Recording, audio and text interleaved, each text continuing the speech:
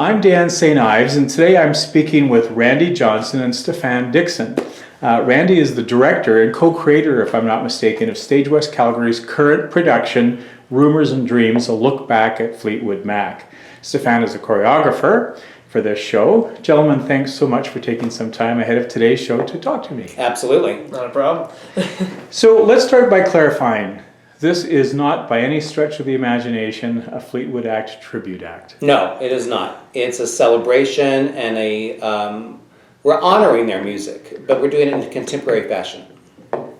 I've noticed I've had a chance to look at the playbill online already, so I have an idea that I'll talk about that in just a second. But now, were you the co-creator as well? I am. With Howard, right?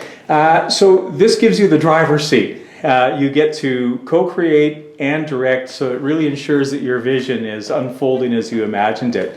Did you do casting as well for this? Yes, we were in Toronto a year ago. Yeah. And did the casting, and we got some amazing people in the show. We have 2 from Calgary, and the rest 7 are from Toronto, and they're spectacular. Yeah. One of them didn't even have to unpack from being here for Spamalot. Right. Just stayed. Yeah. And Katie she jumped on to the next contract. So. You guys have got, from what I've seen, I've recognized some names from some of the last few shows here. You've got some incredible talent. Did you get to? Did you know some of them ahead of time as well? I know a few of the actors from my performing days and such, and Randy and I ran the audition together and were able to. It was a lot of fun finding new talent and also just seeing my friends do what they do best, and it was great. What was amazing for me was that, first of all, every time I come into Canada to work, I'm amazed at the talent, the professionalism, the training, and the attitude.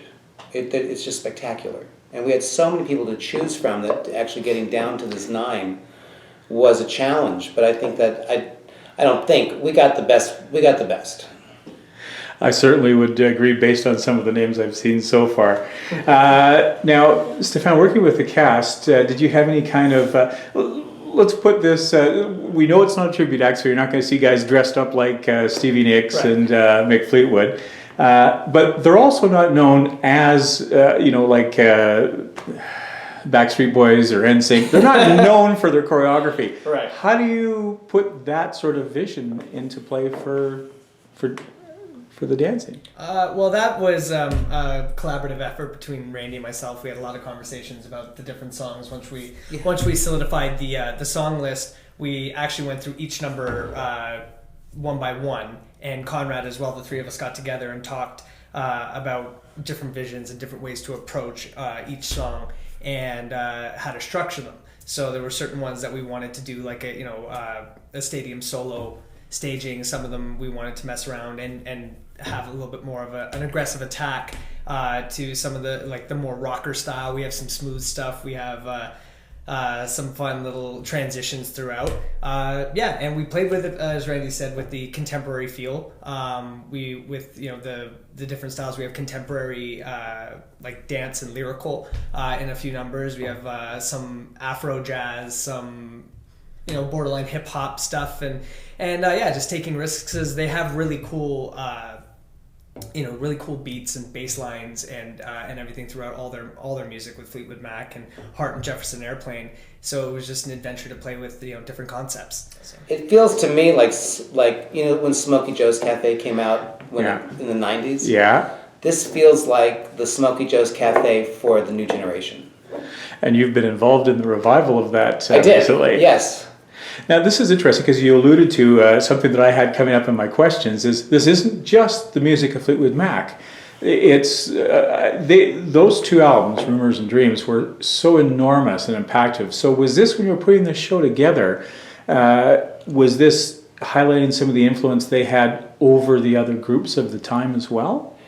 Yes. Actually, it was Jefferson Starship and Grace Slick influenced so many women and men, but primarily women, that Stevie was influenced by Janice and Grace, and they became good friends. Stevie actually knew both of them. Stevie somehow opened for Janice at the Fillmore West at one point, and then Grace and Stevie became very close friends. So they're both profound influences on the band. Wow. And Hart was the opening act for Fleetwood Mac. So that's how we tied it together. Oh boy, I know when I looked at the playlist, I could see there was an era thing going on, but I didn't make the connection that that's a pretty cool backstory. Yeah. It kept it organic and truthful and honest. You knew some of the cast ahead of time, Yeah. not all of them. Were there any limitations you had in working with some of, or advantages because you knew some of them from before? Well, having known some of the cast members before, it kept rehearsals light. I'm a pretty animated personality when I'm in the room, and that can either make or break a rehearsal process. So being around people that you're comfortable with, it made it a lot easier when they're in it with you right when you walk through the door, and it makes it easier for the other cast members who don't know you to adjust to your style and to your personality, and just made it flow a lot more. So like advantages throughout, and also surprises, because I've known them before and I know them for their past experiences, and they would just pull out these other little bits of talent that I never knew happened. So you learn more about your colleagues, and it was a welcome surprise. So yeah. Now you've both been here before. You were most recently here. I did Fiddler on the Roof last year. Yeah. And you had something last year or year before? It was 3 years ago. I did Summer in the City. Oh my gosh, is it that long? Yeah, and then 20-something years ago, I did Leader of the Pack with Rosalind Kind and Andrew Stevens. And it was actually the first time I had directed outside of the U.S. Howard gave me my touring break. So it's always been a very lucky place for me to be. You've done work all across Canada on shows like The Odd Squad, Your Good Man, Charlie Brown, The Full Monty, Titanic, Peter Pan. It just goes on and on and on. Is there any standout out of your career so far? This one in particular. That's the right answer. Yeah, I was like this one in particular. I actually really got to flex the creative muscle even more. Titanic was really cool because it was a period piece. Peter Pan was choreographing flying, so there's all special places. But for this, it was basically taking all the training that I'd done throughout my dance career and jamming it into one place. And it was a great opportunity, great challenge in this show, and Randy and I chatting for about over a year now, and just the amount of freedom I had to speak and express. So this has definitely been a standout. It is definitely excited me for my future endeavors, but hearing thinking about all those shows, and every single one of them has a very special place in my heart, and definitely helped prepare me to take on this great adventure. Yeah. So your work on Fiddler was great. I was in for that show. Oh, thank you. But from here, you're going off to choreograph Footloose. I'm actually going to be in Footloose. I'm performing in it. A friend of mine ended up getting a contract, and so he wasn't able to jump on. So I was lucky enough I saw the show last year and it was fantastic. The cast is amazing, and I wanted to get in, and I was like, this is so much fun, and I did it years ago.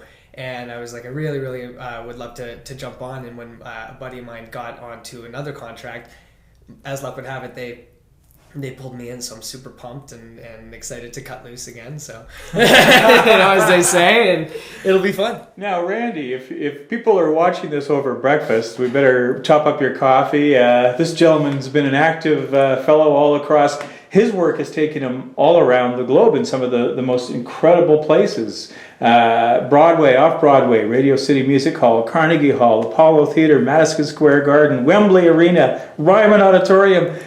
It goes on and on and on. And the stuff you've done, I've seen quite a bit, not in person, unfortunately, but I've seen that Elvis Live. Oh, cool. That concept was absolutely insane. I can't imagine the process that went into that. It's spectacular. And super successful. That Yes. thing really took off. We've toured the world now for 20 years.